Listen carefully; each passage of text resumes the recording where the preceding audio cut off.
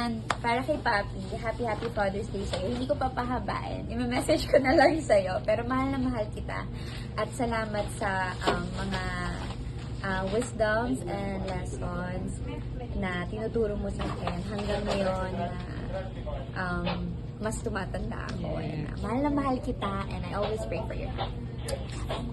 Ano na lang yung mga namana mo kay Papa? Naman ako kay Papa? Ano ba? Malaking hita?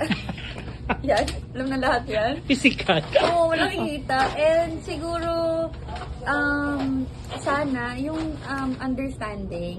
Kasi si Papa kasi, magkaiba kasi sila ni Mama. Si Mama yung very loud. Alam mo yan, very loud. Si Papa naman yung siya yung malumanay. Gusto niyang siya yung kakausap sa mga tao. And I guess, kasi ano din siya, public speaker din siya. So, I guess, yun, nakuha ko rin yun sa kanya. Iba nga lang siya kasi sobrang galing niya magtagalog sa magsasalita. Pero ako, iba na yung world natin ngayon. Hindi na sa akin ganun nagtatagalog. So, yan. And, syempre yung pagmamahal sa pamilya. Iba kasi yung pagmamahal ni Papa.